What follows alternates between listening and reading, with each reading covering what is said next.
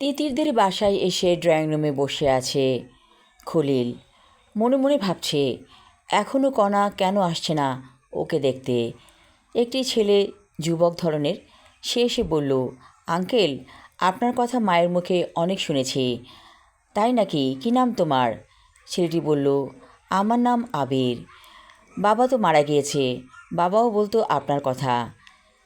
খলিল শেষমেশ বলেই ফেলল, তোমার মা কোথায়? আবির বলল, মা তো বিছানায় শুয়ে আছে, প্যারালাইসিস রুগী। আপনার সাথে কেমন করে দেখা করবে সে? আসুন আমার সাথে। খলিল কথাটা শুনে একেবারে হতভম্ব হয়ে গেল। কণা প্যারালাইসিস রুগী? এত বড় অভিশাপে ওর জীবনটা ধ্বংস হয়ে গেল কেন? খলিল ওকে অভিশাপ দিয়েছিল, খলিলকে ঠকিয়েছিল এই জন্য। তাতে কি হয়েছে? এরকম কত ঘটনাই তো ঘটে থাকে মানুষের জীবনে।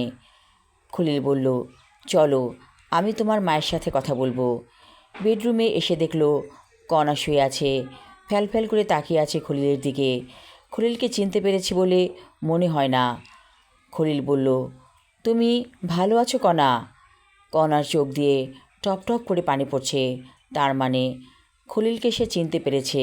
কই, তিতির তো এত বড় দুঃসংবাদটা দেয়নি খলিলকে, শুধু বলেছে কণার হাজবেন্ড মারা গিয়েছে, এই পর্যন্ত। কণা ধীরে ধীরে বলল, বসো তুমি। অবাক হয়ে গেল আবির। আবিরের মা কথা বলছে, আশ্চর্য, এতদিন ধরে কথা বলতে পারেনি তার মা। আবির বলল, আঙ্কেল, আপনি মনে হচ্ছে পরশ পাথর। আপনি আসাতে আমার মায়ের জবান ফিরেছে। প্লিজ আপনি বসুন এখানে। খাটের কাছে বসতে দিল আবির খলিলকে। তিতির চা নিয়ে এলো, সাথে বিস্কিট। খলিল বলল, শুধু বিস্কিট, আর কোনো খাবার নেই?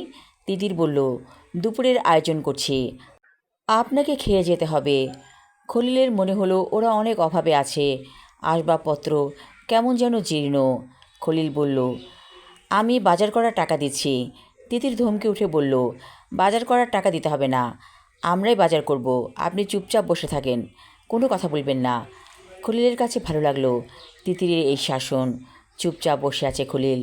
কণা ধীরে ধীরে বলল, আমাকে মাফ করে দিও খলিল, আমি তোমার সাথে বেইমানি করেছিলাম, যার কারণে আজ আমার এই অবস্থা।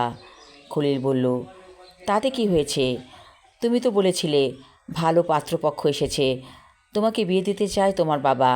তোমার বাবা তোমাকে দিয়ে মারা গিয়েছিল, সংসারের হাল তো তুমিই ধরেছিলে। কণা বলল, তাহলে আমার জীবনে এমন হলো কেন? খলিল বলল, আমার হাত ধরো, উঠে বসো।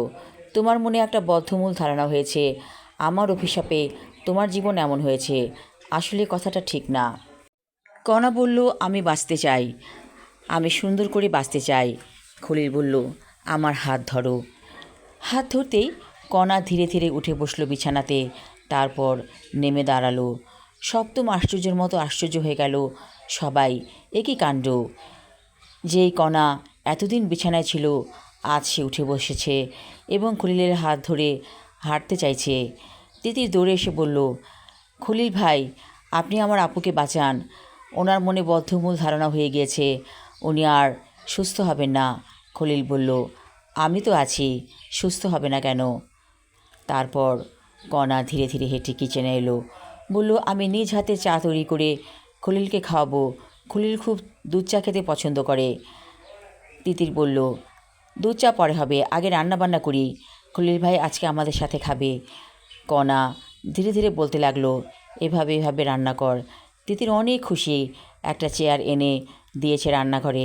সেখানে কণা বসে বসে তিতিরকে শেখাচ্ছে কী করে রান্না করতে হবে। খলিলের কাছে ভালো লাগছে। হঠাৎ করে ওর মনে হলো কণার দায়িত্ব নিতে হবে, কণাদের পরিবারকে বাঁচাতে হবে। তিতিরের সামনেই বলল খলিল, আমি কণাকে বিয়ে করতে চাই। তিতির বলল, আপনার না স্ত্রী আছে, উনি কি মেনে নেবে?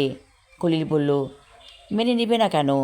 আমি কণাকে মাসে মাসে টাকা পাঠাবো এবং আসবো বিদেশ থেকে প্রায়ই, আল্লাহ যদি আমাকে বাঁচিয়ে রাখে। সেই রাতেই বিয়ে হয়ে গেল খলিলের সাথে কণার। কণা ধীরে ধীরে বলল, খলিল, তুমি আমার অনেক উপকার করলে। আবিরকে মানুষ করতে হলে অনেক টাকা দরকার। খলিল বলল, আমি আবিরকে বিদেশে নিয়ে যাব, তোমার কোনো চিন্তা নেই। ওদের বাড়িটা যেন আবার নতুন করে আলো ঝলমল হয়ে গেল। একটা বসন্ত হাওয়া যেন বয়ে গেল সবার ওপর দিয়ে। আমি আমার লেখা ছোট গল্প বসন্ত হাওয়া পর্ব 2 এবং শেষ পর্ব পড়লাম। আশা রাখছি ভালো লাগবে সবার। ধন্যবাদ।